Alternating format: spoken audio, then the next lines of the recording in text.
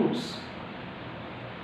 Robert Hooke England के रहने वाले थे जिन्होंने फर्स्ट टाइम डेड सेल की डिस्कवरी किया था, ओक प्लांट से डिस्कवर किया था। हालांकि ऐसा क्वेश्चन पूछा जाता है कि किस प्लांट से इसको डिस्कवर किया गया, प्लांट के किस पार्ट से इसको डिस्कवर किया जाता है, ठीक है। प्लांट्स के रूट से इन्होंने डिस्कवर किया था। और हनी बी कॉम्ब लाइक इन्हें कुछ चैम्बर इन्होंने देखा था, उसी को ये क्या बोल दिए थे, सेल बोल दिया था। हनी बी कॉम्ब लाइक उन्होंने कुछ चैम्बर देखा था, उसी को उन्होंने क्या बोला था, सेल बोल दिया था, ठीक है। सेल वॉल एग्जैक्टली वो क्या था, सेल वॉल था। इन्होंने जिस सेल की डिस्कवरी किया था वो एक्चुअली क्या था, सेल वॉल था। तो जब भी आपसे ऐसा क्वेश्चन पूछा जाए कि रॉबर्ट हुक ने जिस सेल की डिस्कवरी किया था वो क्या था, सेल था तो सेल ही, लेकिन प्लांट्स के रूट से उन्होंने जो डिस्कवर किया हो तो क्या था, सेल वॉल था। क्या था, सेल वॉल था। और टर्म भी सेल वॉल किसने दिया था, रॉबर्ट हुक ने दिया था। और सेल का जो नाम था वो भी किसने दिया था, रॉबर्ट हुक ने ही दिया था। लेकिन कंफ्यूज नहीं होना है, बहुत सारे स्टूडेंट्स ऐसे होते हैं जो कंफ्यूज हो जाते हैं कि सेल वॉल का नाम किसने दिया, सेल का नाम किसने दिया। तो इसमें कोई कंफ्यूज होने वाली चीज नहीं होती, ठीक है। Father of cytology, father of cell biology अगर किसी को इसको बोला जाता है तो भी किसको बोलते हैं हम लोग, रॉबर्ट हुक को बोलते हैं, ठीक है। तो रॉबर्ट हुक ऑफ इंग्लैंड ही discovered dead cell for the first time from oak plant, okay. तो नेक्स्ट इन्होंने क्या किया कि 1665 में रॉबर्ट हुक ने एक बुक लिखा। उस बुक का नाम क्या है, माइक्रोग्राफिया। ये भी बहुत ही इंपॉर्टेंट है कि माइक्रोग्राफिया बुक्स के बारे में पूछा जाता है। 1665 में रॉबर्ट हुक ने उसको राइट किया था, ठीक है। लिविंग सेल की डिस्कवरी किसने किया था, तो ए वी ल्यूवेनहॉक। देखिए ए वी ल्यूवेनहॉक, एल से लिविंग, एल से ल्यूवेनहॉक। तो ल्यूवेनहॉक एक ऐसे साइंटिस्ट हैं जिन्होंने फर्स्ट टाइम लिविंग सेल की डिस्कवरी किया था। और लिविंग सेल कहाँ से डिस्कवर किया था, रेन वाटर से डिस्कवर किया था। कहाँ से डिस्कवर किया था, रेन वाटर से डिस्कवर किया था उन्होंने। ऐसा माना जाता है कि बारिश हो रही थी और घर पे बैठे हुए थे, बारिश हो रही थी और बारिश बंद होने के बाद बाहर में उनके घर के सामने कुछ वाटर कलेक्ट हुआ था और वहीं से इन्होंने क्या किया, उसको डिस्कवर किया। लेकिन उसका नाम क्या दिया था इन्होंने, उसका नाम दिया था एनिमलक्यूल्स। जिस सेल को ल्यूवेनहॉक ने डिस्कवर किया था वो लिविंग सेल था, लेकिन उसको नाम उसने क्या दिया था, एनिमलक्यूल्स नाम दिया था। बाद में उस एनिमलक्यूल्स का नाम चेंज करके एरनबर्ग ने क्या कहा, बैक्टीरिया, यानी term bacteria was coined by Ehrenberg. कैसे होता है कि जैसे हम घर में किसी बेबी का जो बर्थ होता है, बेबी आती है, उसके बाद लोग क्या करते हैं, उसको जितने भी मम्मी होती है तो मम्मी कुछ और नाम देते हैं, पापा है तो किसी और नाम से उनको बुलाने लगते हैं, और घर के और जो बच्चे हों तो पप्पू, झप्पू, टिप्पू, तोलू मोलू, पता नहीं क्या कितने कितने नाम से उसको बुलाने लगते हैं। लेकिन असली नाम उसका जो होता है तब क्लियर होता है जब उसका वाकई में 3 साल कंप्लीट होने के बाद, पहले तो 5 साल पे होता था तो 3 साल पे ही बैग लाद दिए उसको स्कूल भेज देते हैं। तो 3 साल कंप्लीट होने के बाद जो रजिस्टर्ड नाम किया जाता है, जैसे कि एडमिशन सर्टिफिकेट से उसका नाम आता है, या कहते हैं कि आगे चल के जितने भी रिपोर्टिंग कार्ड उसके आते हैं, चाहे आधार कार्ड हो, पैन कार्ड हो, जो वो सब कार्ड जो चलते हैं वो स्कूल के बेस पर उसके चलते हैं, तो वो जो नेमिंग होता है वो फैक्ट होता है, रजिस्टर्ड हो जाता है। सेम उसी तरीके से एनिमलक्यूल्स जब बोला गया तो वो भी किसी को अच्छा नहीं लगा, मज़ा नहीं आया, जैसे कहते हैं यार नाम में तो कुछ मज़ा नहीं आ रहा था। सेम उसी तरीके से ऐसा था कि उनको भी कुछ अच्छा नहीं लगा। तो बाद में जब एरनबर्ग ने इसको बैक्टीरिया का नाम दिया तो लोग कहे हाँ बहुत अच्छा है इसका नाम, ये तो नाम बहुत ही अच्छा है, बैक्टीरिया ही रखने दो, ठीक है।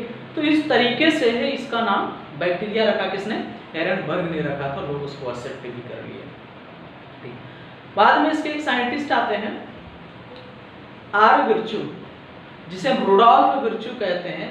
आर विर्चू ने का omni सेलुला he proposed omni सेलुला E सेलुला।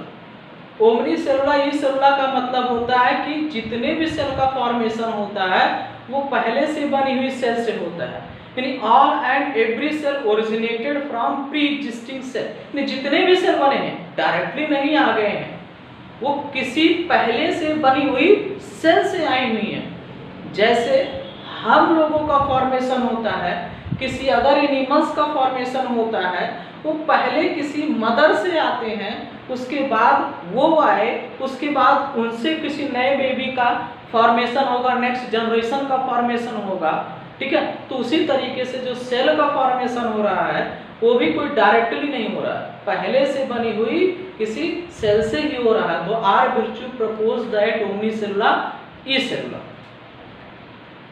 Next scientist slide and so on, इसको हम राइट कराएंगे, पूरा हम लिख करके आपको समझाएंगे।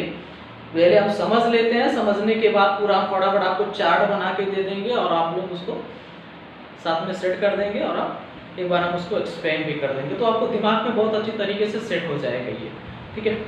तो रॉबर्ट नेक्स्ट साइंटिस्ट के बारे में जो हम बता रहे हैं, द स्लाइडेन और स्वान, तो स्लाइडेन और स्वान ने जो सेल थ्योरी प्रपोज किया था या सेल थ्योरी दिया था, सेल थ्योरी समझ रहे हैं ना। इससे पहले जो सेल थ्योरी दिया जाता है, जैसे कुछ ऐसी चीजें होती, लोगों को कहा जाता है कि एग्जैक्टली स्लाइडेन और स्वान ने ही एक क्रेडिट जो होता है किसी से छीन के ले लिया। छीनना तो आज से नहीं, पुरातन काल से जो है, हमारे जैसे में पूरे वर्ल्ड की बात मैं कर रहा हूँ, छीनने का काम बहुत पहले से चल रहा है, कई हजार साल पहले से ही चल रहा है, एक दूसरे से किसी चीज को छीन लेना। तो पहले भी वही होता था, एक दूसरे से ज्वेलर्स था, वर्क किसी और ने किया था, लेकिन गलती बस किसी और ने ले लिया, वो थे स्लाइडेन और स्वान। उसको उन्होंने सेल थ्योरी दे दिया और क्रेडिट अपना ले लिया। सेल थ्योरी कहता कि cell is the structural and functional unit of life, cell is the structural and functional unit of life. Other language में इसको बोल सकते हैं कि cell is the basic unit of life और फंडामेंटल यूनिट ऑफ लाइफ। किसी भी तरीके से आप इसको डिफाइन कर सकते हैं, आप एक्सप्लेन कर सकते हैं, क्योंकि सेल ही एक ऐसा चीज है जिससे लाइफ का फॉर्मेशन होता है। सेल है तभी लाइफ है, किसी ऑर्गेनिज्म का फॉर्मेशन होता है। जितने भी ऑर्गेनिज्म आप देख रहे हैं, चाहे वो एनिमल्स हो, प्लांट्स हो, माइक्रो ऑर्गेनिज्म, वो बिना सेल के नहीं है। उस सेल में न्यूक्लियस होगा, साइटोप्लाज्म होगा, सेल ऑर्गेनेल्स होंगे, ठीक है, जेनेटिक मटेरियल होगा, ये सब मिल करके सेल थ्योरी को कंप्लीट करते हैं। लेकिन एक एक्सेप्शन है यहाँ पे, और वो एक्सेप्शन है वायरस। वो एक्सेप्शन कौन है? वायरस है, क्योंकि virus violated cell theory. Virus जो होता है वो सेल थ्योरी का विरोध करता है। वायरस तो कोई सेल ही नहीं है, वायरस तो कोई सेल ही नहीं है। आप आगे पढ़ाएंगे हम आपको, जब हम माइक्रो ऑर्गेनिज्म स्टार्ट करेंगे तब बताएंगे कि वायरस की पूरी हिस्ट्री क्या है। वायरस एक कनेक्टिंग लिंक माना जाता है, दो के बीच में एक कनेक्टिंग लिंक माना जाता है, लिविंग और नॉन लिविंग के बीच में। कुछ लोग कहते हैं वो लिविंग है, कुछ लोग कहते हैं नॉन लिविंग है। अब किस कंडीशन में वो लिविंग हो रहा है और कौन सा ऐसा कंडीशन जिसमें वो नॉन लिविंग हो रहा है? लिविंग और नॉन लिविंग। ऐसा होता है कि वायरस अगर एटमॉस्फेयर में जनरली ऐसे हैं तो कहते हो डेड है, पूरा डेड की प्रॉपर्टी शो करेगा, और जब शरीर के अंदर जाएगा वो तो एक्टिव हो जाएगा। एग्जैक्टली इसके पीछे बहुत बड़ी हिस्ट्री है, इसकी बहुत सारी प्रॉपर्टीज हैं ये, तो हम इसको आगे डिटेल में स्टडी करेंगे। फिलहाल आप इतना समझिए कि सेल, वायरस दोनों कभी मैच नहीं होते। मतलब ये है कि जो वायरस होता है वो सेल थ्योरी को पूरा डिस्कार्ड कर देता, हटा देता है, विरोध करता है, मानता ही नहीं। मानेगा कैसे जब सेल ही नहीं है, वो किसी सेल का ही नहीं बना हुआ है, ठीक है। नेक्स्ट साइंटिस्ट के बारे में, इसकी हिस्ट्री भी बहुत लंबी है, हिस्ट्री समझना बहुत इंपॉर्टेंट है। नेक्स्ट साइंटिस्ट इसके जो है ये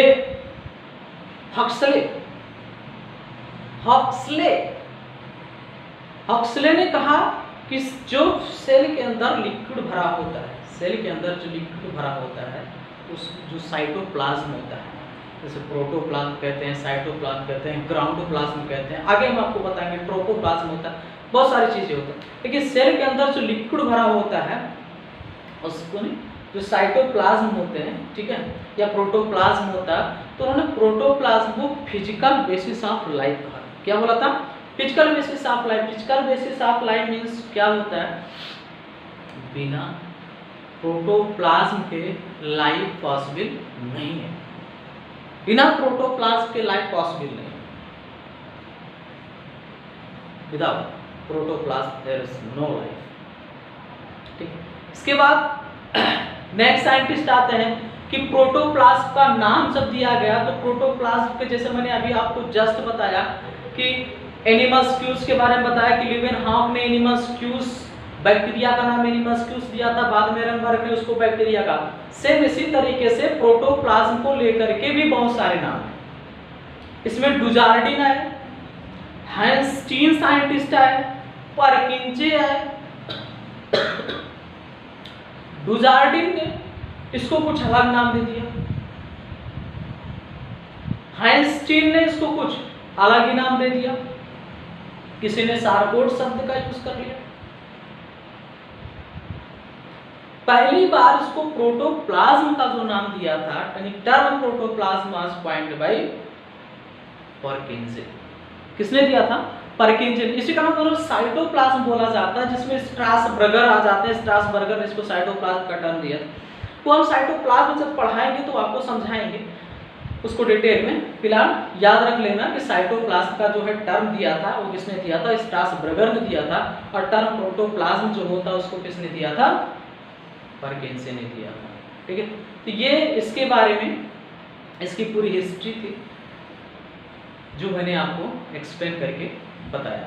अब जरा हम इसको ग्राफिक्स के जरिए चार्ट के थ्रू इसको हम समझने की कोशिश करते हैं, सेल स्ट्रक्चर को समझने की कोशिश करते हैं। हिस्ट्री में मैंने आपको कभी साइंटिस्ट का नाम बता दिया, जैसे मैंने कहा रॉबर्ट हुक आपको नाम आ गए।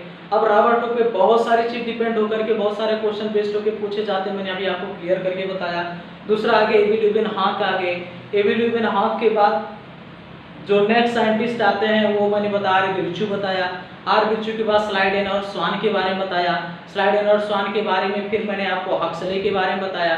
हक्सले के बारे में फिर आपको डुजार्डिन के बारे में बताया। डुजार्डिन के बाद आइंस्टीन के बारे में बताया।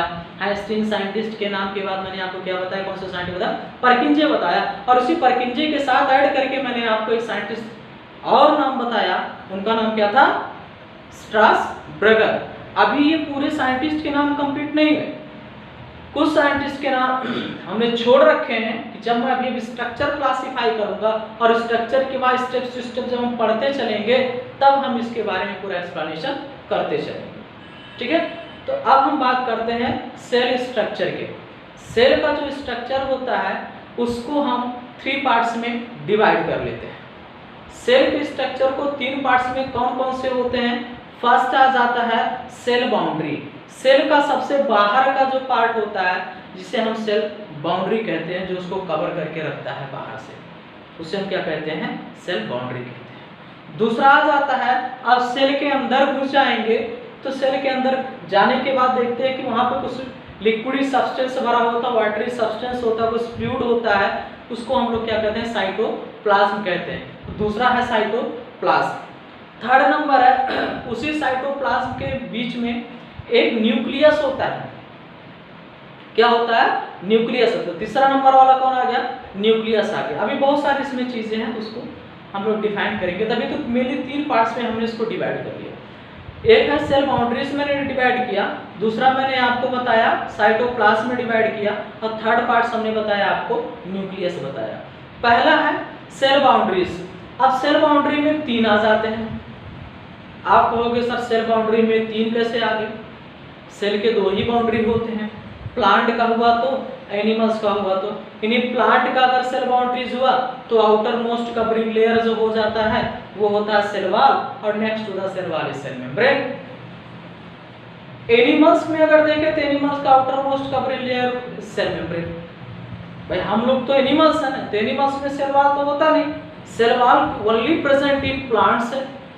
प्लांट्स में केवल सेल वॉल देखने को मिलते हैं, किसी एनिमल्स में सेल वॉल नहीं देखने को मिलते। हाँ, हम बताएंगे आपको, हम आपको समझाएंगे कुछ ऐसे हैं एक्सेप्शनली किसी चीज में सेल वॉल है तो उसको किस में उठा के रख दिया गया, कैसे कैसे क्या हो गया। तो प्लांट्स में सेल वॉल होते हैं और एनिमल्स में सेल वॉल नहीं होता। तो प्लांट्स का जो आउटर मोस्ट कवरिंग लेयर होता है उसे हम सेल वॉल कहते हैं। एनिमल्स का जो आउटर मोस्ट कवरिंग लेयर होता है उसे हम क्या कहते हैं, सेल मेम्ब्रेन कहते हैं। इस चीज को याद रखिए। एक थर्ड नंबर का आ जाता है जिसे हम क्या कहते हैं, ग्लाइकोकैलिक्स। क्या कहते हैं, ग्लाइकोकैलिक्स। हम बताएंगे ग्लाइकोकैलिक्स के रिलेशन एक साइंटिस्ट, दो साइंटिस्ट हैं, मैक्स प्लैंक एक प्लानो साइंटिस्ट है, उससे मैक्स प्लैंटेस है, प्लानो साइंटिस्ट है, इससे रिलेट करके आते तो हम एक्सप्लेन करेंगे इसको, प्लानो के बारे में बताएंगे आपको कैसे उन्होंने क्या चीज कहा था। ठीक है, तो सेल बाउंड्री के 3 पार्ट्स मैंने बताया, 3 लेयर्स इसके बारे में मैंने डिसाइड किया। अब दूसरा है साइटोप्लाज्म। अब इस साइटोप्लाज्म को फर्दर 2 पार्ट्स में मैंने डिवाइड कर दिया। अब 2 पार्ट्स में जब हमने साइटोप्लाज्म को डिवाइड कर दिया तो एक का नाम हमने रखा हाइलोप्लाज्म, याद रखिएगा, एक का नाम हमने क्या रखा, हाइलोप्लाज्म, और दूसरे का नाम हमने क्या रखा, ट्रोफोप्लाज्म। One is a hyaloplasm and another is a tropoplasm. Hyaloplasm is also known as ground plasm or cytosol. Hyaloplasm is also known as ground plasm or cytosol. But tropoplasm further divided into 2 parts.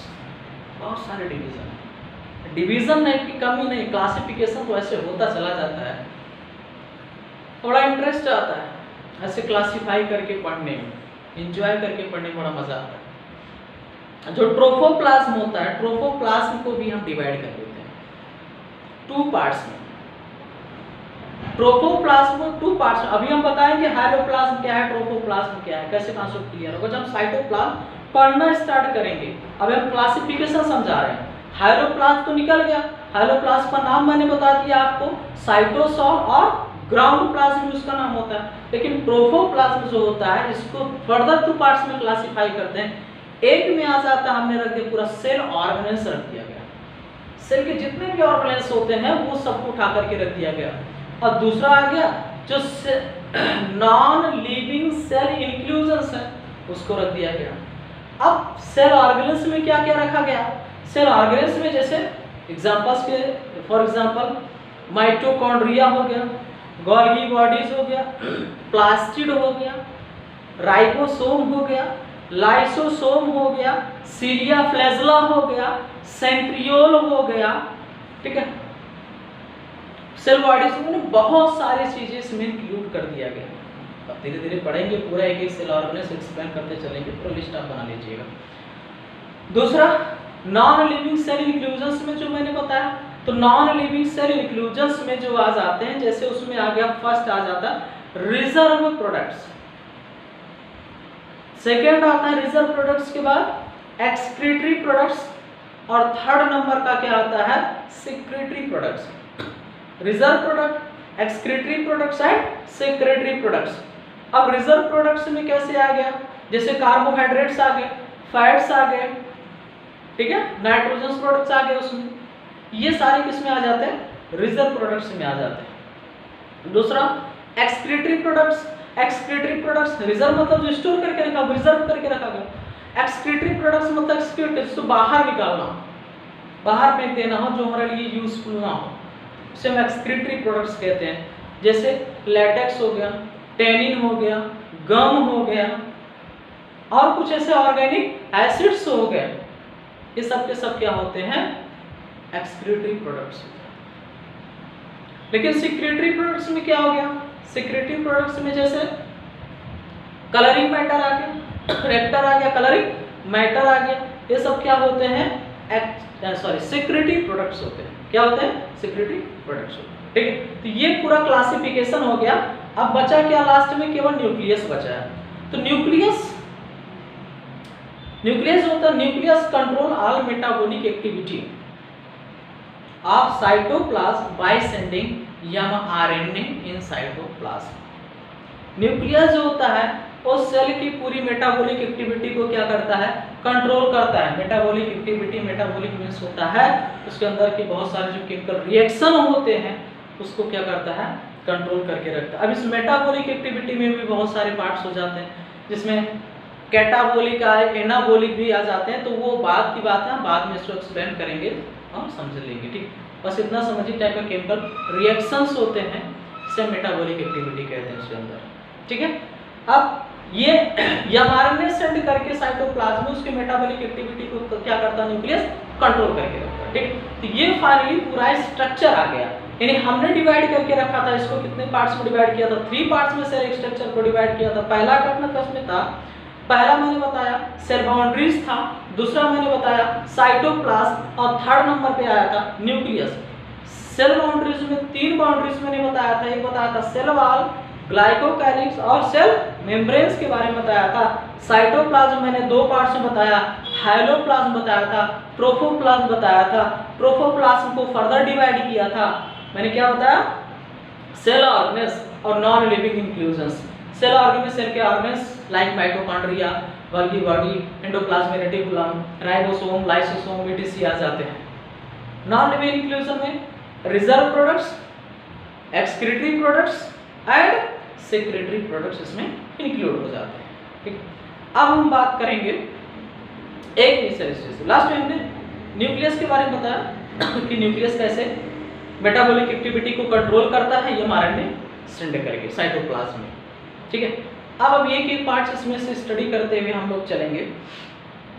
पहला है cell wall.